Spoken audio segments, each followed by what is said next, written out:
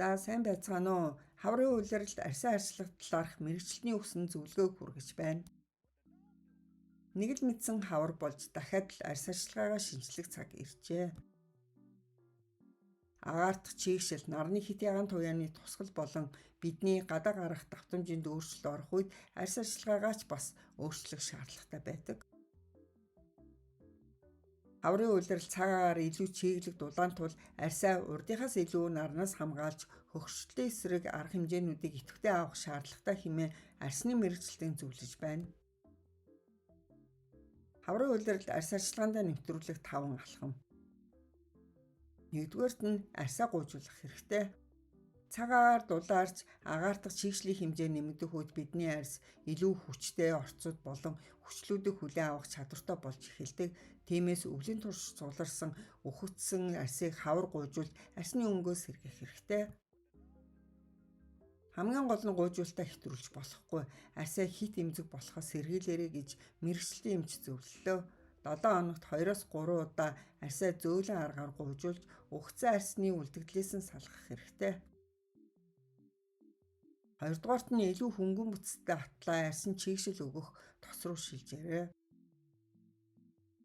Үүл бид тэжээ сайн өгдөг өтгөн тосны тусламжтай хуурилсан арьсаа илүү зөөлөн булбараа байлгадаг бол хавар хөлөрч халууцах нь элбэг тул өтгөн тос тааламжгүй мэдрэмж өгөхөөс гадна арьсны нүхнүүдийг бөглөх өндөр магадaltaй байдаг.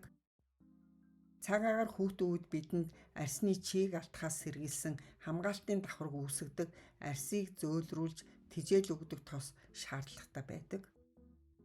Харин хавар усан суурьтай чийгшил сайн өгдөг илүү хөнгөн тоснууд байхад л хангалттай. Гээл хэлбэрийн тоснууд шингэн сайтай байдаг тул дулаан өдрүүдэд нэн тохиромжтой гэж арьсны эмч зөвлөж байна. Арьсыг нөхөн сэргээх давхар чийгшүүлэх үйлчилгээтэй тос, унтлагын маск хэрэглээрэй. Ялангуяа галорны хүчилтэй, мөн гидроксид хүчилтэй нүүрний чийгшүүлэх тос шүнд хүрхүүл илүү их үр дүн сайтай байдаг. Ийм төрлийн тоснууд нь арьсыг татаж чангалан улаалтыг багасгаж үрчлээ тэнэлэгдэг байна. 3-дугаарт нь илүү өндөр SPF-тэй нарны тос хэрэглээрэй. Нарны цэсийг хизээч ямар ч улиралд хаанч ажиллаж байх үедээ түрхэх хэрэгтэй. Ингэхдээ SPF индексийн хувьд цагаагаар дулаарах тусам илүү өндөр байхаар сонгох нь зүйтэй юм.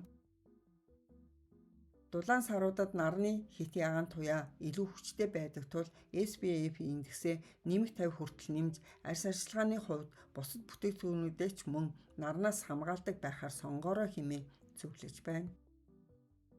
4-дугаарт нь антиоксидантууд хэрэглээрэй. Нөсөд холбон дуртай хүн гэж үгүй лээ. Тэр тусмаа нарнаас болж үүссэн нэн тааламжгүй толгонуудтай тэмцэхэд антиоксидантууд маш нэмэртэй байдаг.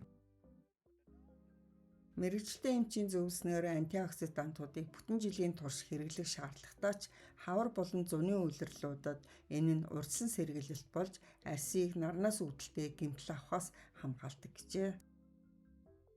Нарны хит ягаан туяа арьс руу нэвтрэх үед чөлөөт радикалууд үүсч арьсны ДНХ-г гэмтэж коллаген болон эластины задралыг хит хурдсгадаг. Харин С-амин дэмгэх зэрэг антиоксидантууд нь тэдгээр чөлөөт радикалуудыг тэнцвэржүүлж арьсны нарнаас авах гэмтлийг бууруулж өгдөг хэмээн мэргэжилтэн тайлбарласан юм.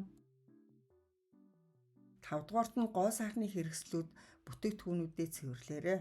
Хаврын улиралд арьс арчилгааныхаа бүтээгдэхүүнүүдэд мэргэжилтэн Мэри Кондогийн аргыг хэрэглээрэй. Хугацаанд дууссан аливаа бүтээгдэхүүнүүдийг хаяж, спонж болон багснуудаа цэвэрлэж, хуучирсан хэрэгслүүдэд солих хэрэгтэй.